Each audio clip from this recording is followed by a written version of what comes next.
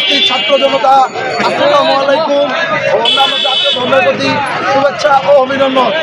আপনারা সকলেই অবগত আছেন, বাংলাদেশে পরে 8 বছরের একটি মেয়ে ধর্ষণ হয়েছে। ধর্ষক এখনও মুরাদবার বাইরে রয়েছে। আমরা চাই প্রশাসন ধর্ষককে ধরে অতিবিলম্বে তাদেরকে শাস্তি দিয়ে এই বাংলাদেশ থেকে ধর্ষণ মুক্ত করবে। যদি প্রশাসন তাদের কার্যক্রম না করে, আমরা আবারও রাজপথে তাদের রক্ত দিয়ে ধর্ষণের বিরুদ্ধে যাব। এবং আমরা আবারও হুঁশিয়ার করতে চাই, এই বিরলের মাটিতে কেউ যদি ধর্ষণ করার চেষ্টা করে বা চাঁদাবাজি করার চেষ্টা করে, তাদের বিরুদ্ধে আমাদের অ্যাকশন থাকবে, ডাইরেক্ট অ্যাকশন।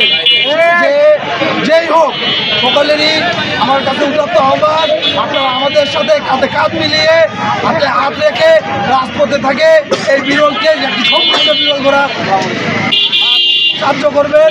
এই বলেই আজকের এই সমাবেশ, এই মিছিল এখানে সমাপ্ত ঘোষণা করতেছি। সবারই প্রতি রইল আমার সালাম। আসসালামু আলাইকুম।